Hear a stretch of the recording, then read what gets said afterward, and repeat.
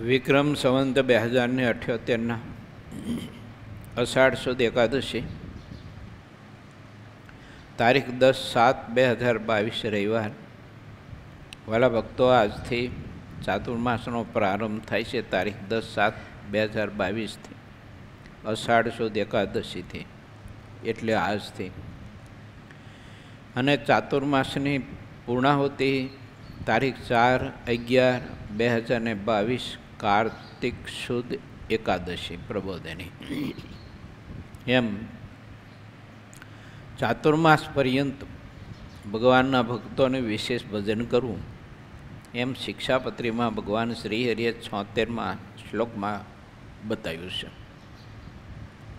શિક્ષાપત્રીનો 76મો શ્લોક.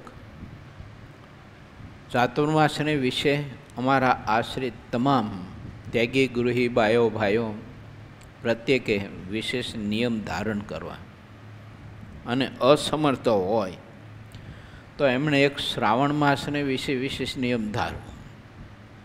પણ કોને? અસમર્થ હોય તેને.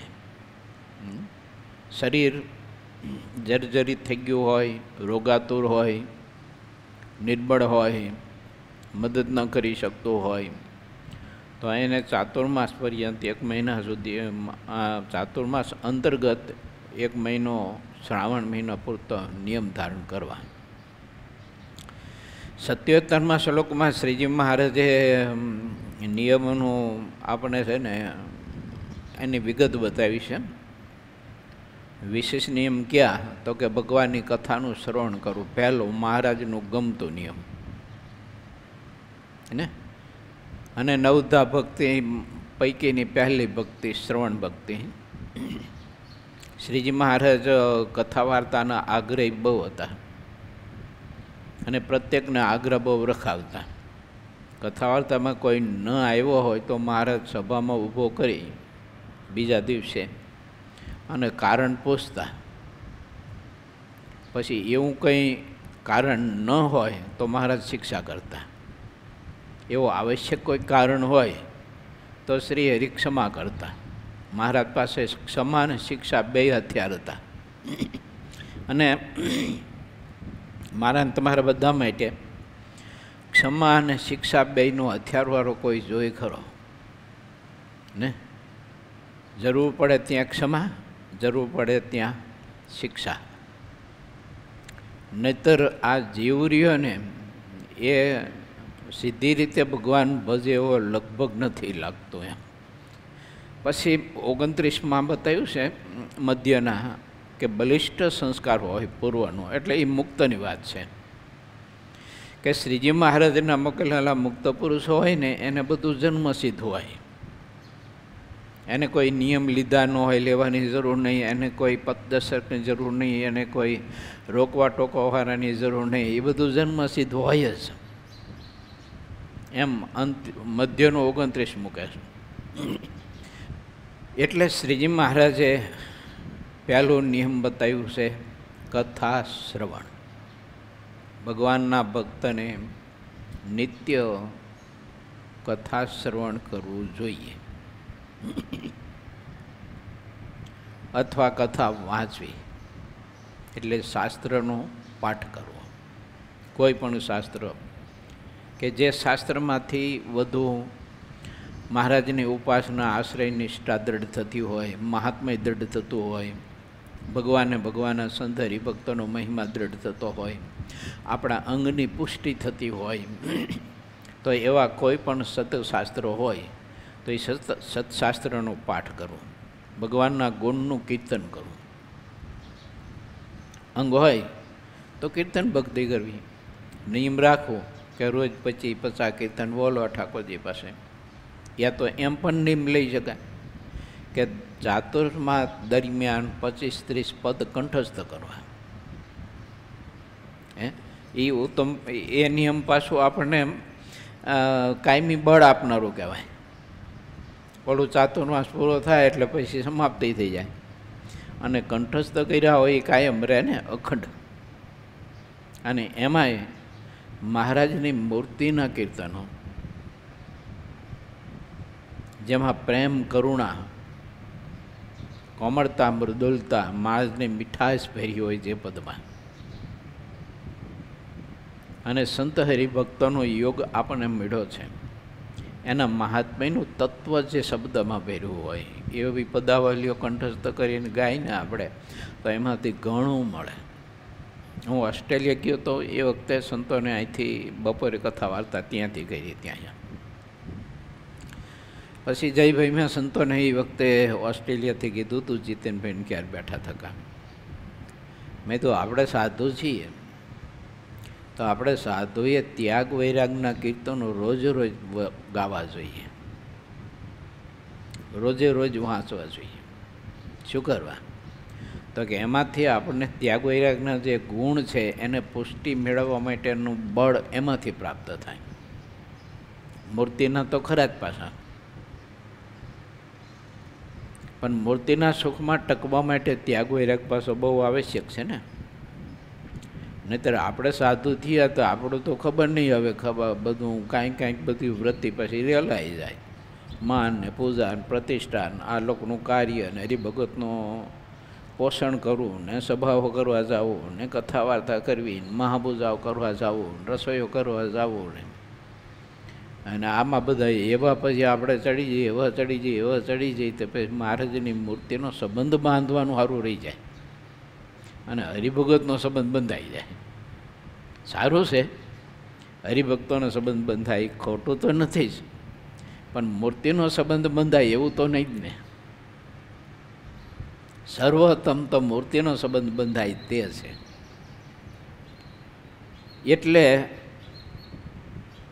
આવા કાવ્ય કીર્તનો મહારાજ એમ કહે છે, ત્રીજો નિયમ ભગવાનના ગુણના કીર્તનો ગાવા, કંઠસ્થ કરવા, પંચામૃતથી ઠાકોરજીની મહાપૂજા કરી. ગઈકાલે મેં સંકલ્પ એટલા માટે કર્યો હતો કે 8 નિયમ પૈકીનો આ નિયમ છે મહાપૂજાનું. કથા શ્રવણનું નિયમ 8 નિયમમાં પહેલું તેમાં મહારાજ આપ્યું છે કે આ સમજણ કથાથી આવે છે. અને કોને આવે છે? તો કે મન કર્મ વચને કરીને કથા સાંભળે તો આવે છે. બાકી કથા તો એટલે રોજ સાંભળતો હોય પણ તોય ખટપટું નથી છોડતા, કારણ કે મન કર્મ વચને સમાગમ નથી કરતો અહીંયા. માટે શ્રીહરિએ 8 નિયમ કીધા છે, બહુ અદ્ભુત છે. પંચામૃતથી મહાપૂજા કરવી, તો આજે નિયમ બધા રહ્યા ને એ પંચામૃતથી મહાપૂજાથી પ્રારંભ થાય છે. ખબર નહીં કે ઠાકોરજીએ આપણા ઉપર કેવી કૃપા કરી અને આજનો આપણો આ ચાતુર્માસનો પ્રથમ દિવસ છે એ કેટલો બધો અદ્ભુત એક સારા સત્કાર્યથી મહાપૂજાથી પ્રારંભ થઈ રહ્યો છે. આ ઘણા બધા ચાતુર્માસ વૈયા ગયા, પણ કોઈ ચાતુર્માસમાં મહાપૂજાથી નિયમ પ્રારંભ થયા હોય એ આ પહેલી વહેલી છે આપણી, હે ને? તો ઠાકોરજીએ કેટલું બધું અદ્ભુત બધું ગોઠવું ને. સંકલ્પો બધા ઠાકોરજી કેવા કરે છે. આપણું તો કામ નહીં આવા સંકલ્પો કરવાનું, બુદ્ધિ જ ન હોવું જોઈએ આપણને. પણ ઠાકોરજી સંકલ્પો કેવો કરે કે આ મારા લાડકભાઈ છોકરાઓને આ વખતે ચાતુર્માસનો પ્રારંભ મારે મહાપૂજાથી કરાવવો છે અને મારે એની મહાપૂજા બધાને સ્વીકારવાની છે, સ્વીકારવી છે. એટલે રોડો ઘનશ્યામ મહારાજ રૂપાડો આજે આપણી મહાપૂજા સ્વીકારી અને પછી આપણને ચાતુર્માસના નિયમની દીક્ષા આપશે. વાહ, શું પ્રભુની કૃપા, હે ને? આનું નામ પ્રગટપણું કહેવાય ભગવાન શ્રીહરિનું ને. આનું નામ પરમાત્માનું સામીપ્ય કહેવાય કે ઠાકોરજી આપણને એના ખોળામાં જ રાખે છે. ઘડીભર ઠાકોરજી આપણને દૂર નથી કરતા.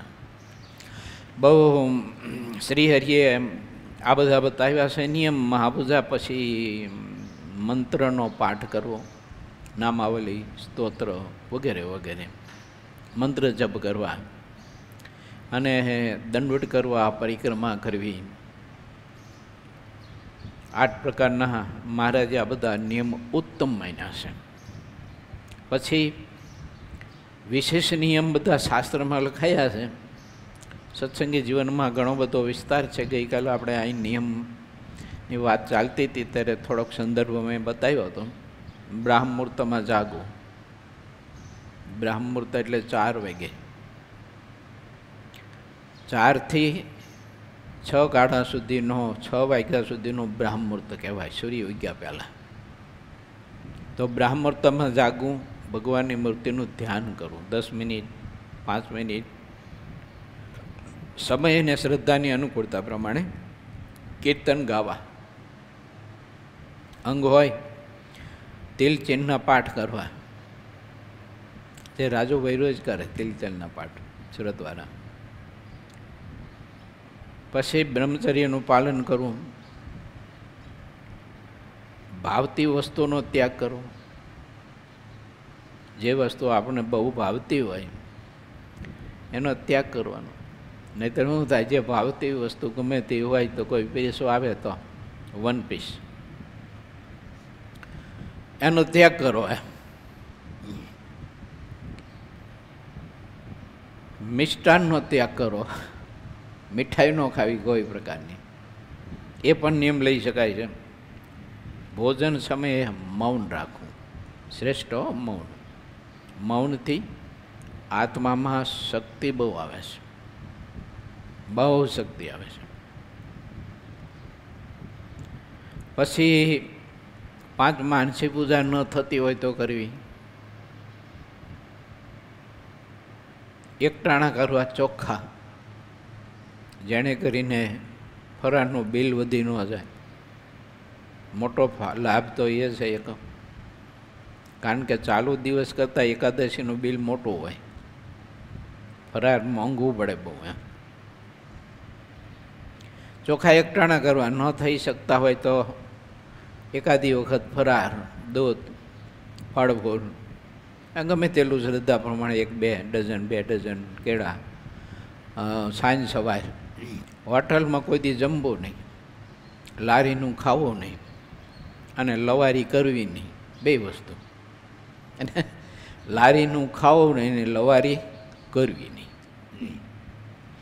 લવારી ન કરવી મેં નિયમ કાઢ્યું છે, ઓલું ન ખાવું આમાં લખ્યું છે. બહારના ખાણાપીણા ન ખાવા પીવા, પિક્ચર ન જોવા, મોબાઈલમાં, ટીવીમાં, નેટમાં બીભત્સ ચિત્રો ન જોવા, મોબાઈલમાં કોઈ સ્ત્રીઓના નગ્ન ચિત્રો ન રાખવા, બહેનોએ પુરુષોના નગ્ન ચિત્રો ન રાખવા, જોવા નહીં. કોઈ દિવસ એવા બીભત્સ ગાયનો ગાવા કે સાંભળવા નહીં. આ બધું શ્રેષ્ઠ છે. મોટી 3 એકાદશી નિર્જળા કરવી, આજની, પછી વચમાં કઈ આવે જલયણી, અને છેલ્લી પ્રબોધની એકાદશી. થઈ શકે તો. નિર્જળા ન થઈ શકે તો ખાલી સાદું પાણી પીને કરવી, અથવા સાંધણી એકાદશી કરવી. સાંધણી એકાદશી એને કહેવાય કે દર્શનમાં દિવસે ચોખ્ખું એકટાણું, એકાદશીના દિવસે આખો દિવસ નિરાહાર નિર્જળા, અને બારસના દિવસે બપોરે મધ્યાહન સમયે પારણું કરવાનું. એમાં ગ્રસ્તો માટે એવું લખ્યું છે કે નિર્જળા એકાદશી કરે, ચાંદણી એકાદશી કરે, અને એનું પૂરેપૂરું ફળ જો એને જોતું હોય તો પહેલાં 5 બ્રાહ્મણોને અથવા 5 સંતોને ભોજન કરાવીને પછી પોતે પારણું કરે, તો એને વિશેષ ફળ મળે એવું સત્સંગ જીવનમાં વિધાન છે. એ અનુકૂળતા હોય એ પ્રમાણે. અથવા એકાદી ગાય, એને થોડોક ઘાસચારો ખવડાવીને પણ પારણું કરવું. એમ ભગવાનની કથા સાંભળવી નિયમિત, રોજે રોજ કથા સાંભળવી. જનમંગલ આદિ સ્તોત્રના પાઠ કરવા. મંદિરમાં સાંજ સવાર આરતીના દર્શન કરવા, મંગળા શણગાર. ગામડું હોય તો સવારે સાંજે, શિખરબંધ મંદિર હોય તો ત્યાં મંગળા દર્શન થતા હોય, શણગાર થતા હોય, રાજભોગ, ઉસ્તાપન, આરતી ન હોય પણ ઉસ્તાપન દર્શન, સંધ્યા દર્શન, સંધ્યા આરતી, શયન આરતી, 5 આરતીના દર્શન કરવા વગેરે વગેરે નિયમ લઈ શકાય છે. અથવા મંદિર ન જતા હોય તો અવશ્ય એક વખત દિવસમાં મંદિર દર્શન કરવા માટે જવું, અનુકૂળતા હોય તો મંદિરોની. કોઈ વિદેશમાં રહેતા હોય તો ત્યાં મંદિર જ ન હોય તો ઘણું બધું દૂર હોય કે શક્ય ન હોય તો પૂનમ, એકાદશી, અમાસ આવા દિવસો હોય ત્યારે દર્શન કરીએ. એમ ના હોય તો મહિનામાં એક જ વખત, બહુ દૂર હોય તો આવા પણ નિયમ લઈ શકાય. મંદિર વાળવું, કચરા પોતા કરવા, ધારણા પારણા, ચાંદ્રણ આદિ વ્રત કરવા. શ્રેષ્ઠમાં શ્રેષ્ઠ, ઉત્તમમાં ઉત્તમ ધારણા પારણાનું ચાંદ્રાયણ વ્રત, ગ્વાડિયા વ્રત, દ્રપ્તકુશ વ્રત, પીપલ્યકા વ્રત, જવ ચાંદન વ્રત, પલાશ વ્રત, દર્ભ વ્રત, આ બધા વ્રત બહુ ઉત્તમ ચાંદ્રાયણો લખી છે. સાંજ સવારે આરતી સ્તુતિ કરવા નિયમિત. કારણ કે ઘણા વખત શું હોય કે આરતી કરવા જતા હોય પણ આરતી કરીને વૈયા જતા હોય, સ્તુતિ પ્રાર્થના દંડવટમાં ન રોકાતા હોય, આવું પણ હોય ઘણી જગ્યાએ. તો એ પણ કરું. રોજ નિયમિત ચેષ્ટા કરવી ન થતી હોય તો, કારણ કે ચેષ્ટાનું ફળ બહુ છે. કારણ કે એમાં નખશિખા પર્યંત મહારાજની મૂર્તિનું ધ્યાન છે. એટલે ચેષ્ટાનું ફળ તો એટલું બધું છે કે આપણે 4 ધામની યાત્રા પગે ચાલીને ભૂખ્યા તૈસા રહીને કરીએ અને જે ફળ મળે એના કરતાં 10 ગણું તો ચેષ્ટાનું ફળ છે. અને તો 4 ધામની યાત્રા આપણે પગે ચાલીને કરવાની હોય તો કેટલો સમય જોઈએ, કેટલા મહિના જોઈએ? અને આ તો 15-20 મિનિટનું કામ. 15-20 મિનિટમાં 4 ધામની યાત્રાનું ફળ કમાઈ લઈએ આપણે. એટલે આ તો મોટી કંપનીના માલિક જેવું છે કે એક ફોન કરે ને 25 કરોડ રૂપિયાનો સોદો થઈ જાય. અને ઓલો ખેડૂત બિચારો આખો દીમાં થાય ત્યારે 100 રૂપિયા માન આવે. માટે લીલા ચેષ્ટા નિયમિત કરવી, ભગવાનને દંડવટ વિશેષ કરવા, પરિક્રમા વિશેષ કરવી, એકાદશી આદિ પર્વ આમ તો રોજ થાય તો વધારે સારું. કે પ્રત્યેક ગ્રસ્તે પોતાની ઘર સભા કરવી જોઈએ. આ નિયમ ઉત્તમ છે. ઘર સભા રોજે રોજ કરવી જોઈએ. જયભાઈ નહીં કરે, રોજે રોજ કરે. છોકરાને અનુકૂળતા હોય તો બેઠા ન બેસે, પણ જયભાઈને એમના ધર્મપત્ની સત્સંગ કરે. પ્રત્યેકે કરવો જોઈએ. ઘર સભા તમારી ગ્રસ્તની જવાબદારી છે. નથી કરતા એ તમે જવાબદારી ચૂકો છો. એવું ઘર સભા પ્રત્યેક ગ્રસ્તે રોજે રોજ કરવી પડે. એના માટે સમય ફાળવો જ પડે. નિયમ કાયદો કરવો જ જોઈએ. અમારે જો સાધુને અમારો નિયમ ને કાયદો, જમ્યા પછી તરત જ અમારી બપોરની સભા સાધુની થાય જ કરવી જ જોઈએ. જમીન તરત જ એવું 12:30 અમારી કથા શરૂ થાય અને 2 વાગ્યા સુધી કથા ચાલે. પ્રસંગ નીકળ્યો હોય તો નક્કી નહીં, પાછું 3 વાગે ને 2:30 વાગે એવું. અને જમીન તરત કથા કરવી એટલે અને આ જમીન તરત કથામાં બેસી એટલે તો સહેજે તો અનાજનો વિકાર છે. અનાજનો વિકાર છે શું? નિંદ્રા. ઊંઘ આવે જ એમાં પછી.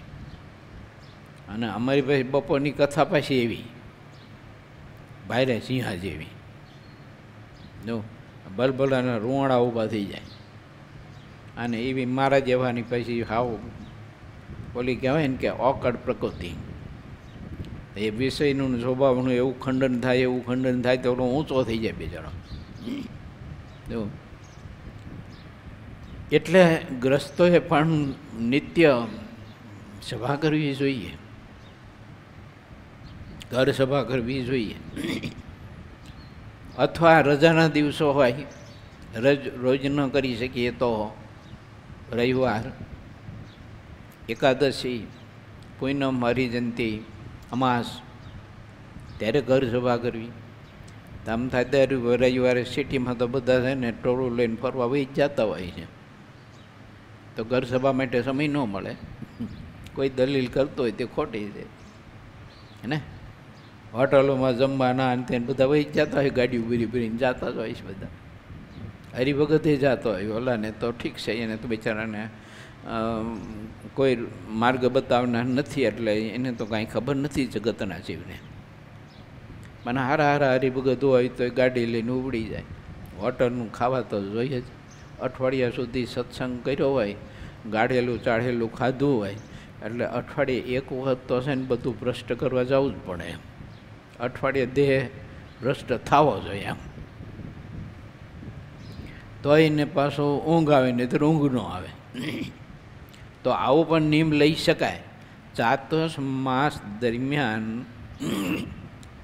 રીંગણા ન ખાવા, મૂળા ન ખાવા, લીલી મેથી વગેરે વગેરેનો ઉપયોગ ન કરવો. હવે આમાં થોડોક વિવેક શીખજો. આ બધું ખાવામાં પાપ નથી, અધર્મ નથી. આ જે નિયમ છે ને, આ ખાવું આ ના ખાવું, એ શરીરના ધર્મ છે, એ આત્માનો ધર્મ નથી. જો એટલે કોઈની શારીરિક પ્રકૃતિ કદાચ એવી હોય અને વૈદ્ય કે ડૉક્ટરે કંઈક બતાવ્યું હોય અને ચાતુર્માસ દરમિયાન કે બારસના દિવસે કદાચ રીંગણું જમે કે મેથીની ભાજી જમે, તો પછી આપણે એમાં અભાવો ગુણ ન લેવા. એ ગયો આ નરકમાં, ગયો કે જો શરીરના બેલેન્સ માટે, શરીરની વ્યવસ્થા માટે શા માટે છે આ બધું ખબર છે?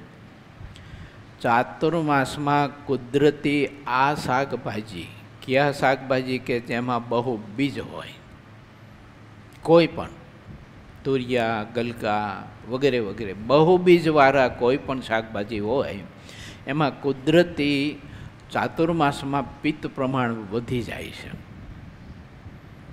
આપણા શરીરમાં પણ પિત્તનો પ્રકોપ થાય છે ચાતુર્માસમાં. અને ચાતુર્માસ દરમિયાન જઠરા અગ્નિ મંદ પડે છે કુદરતી સા. એટલે જઠરાગ્નિ મંદ પડ્યો, પિત્ત પ્રકોપ શરીરમાં થાય છે, કુદરતી ઉત્પન્ન થાય છે, કોઈ પદાર્થથી થાય છે એવું નહીં. તો શરીરમાં પિત્ત વધુ પડતું થાય છે શરીરના અંદરના કોષને, અને જે કંઈ પચાવવા માટેના યંત્રો છે એ યંત્રને જે પિત્ત એસિડ જે એને મદદ કરતું હોય, જેટલું જોઈતું હોય એથી વધુ ઉત્પન્ન કરે છે. અને પાછા પિત્ત પ્રધાન પદાર્થો કહીએ એટલે ઓર પિત્ત વધે. એટલે શરીરમાં પછી બળતરા, કરતર, હાંધા દુખે, અણગમો, ઘૃણા, આળસ આ બધું થાય. એટલે એવું ન થાય અને સુખેથી ભજન થાય એના માટે આ બધા નિયમ છે.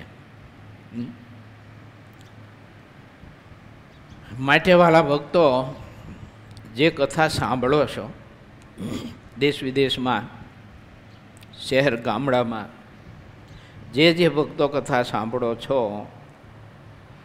નાના મોટા બાયો ભાઈઓ બધા જ, એ બધાને અમારા તરફથી નિયમ એ છે કે એક પારણ કરવાની વચરાવતની ચાતુર્માસ પર્યંત, 11 માળા વિશેષ કરવાની, આ બે નિયમ ખાસ. અને શરીર ખમી શકે એવું હોય તો શ્રાવણ માસના ચોખ્ખા એકટાણા કરવાના, અને વિશેષ ખમી શકતું હોય તો એને ચાતુર્માસ પર્યંત 4 મહિના ચોખ્ખા એકટાણા કરવા. તપે કરીને ભગવાન રાજી થાય છે.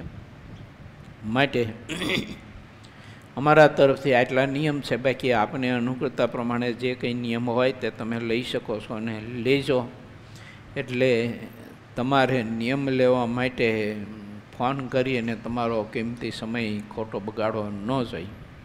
એટલે બધા હરિભક્તોને ખાબ ધાબ, નાના મોટા બધાએ સમગ્ર સપરિવાર સાથે બધાને આ મારા તરફથી નિયમ છે.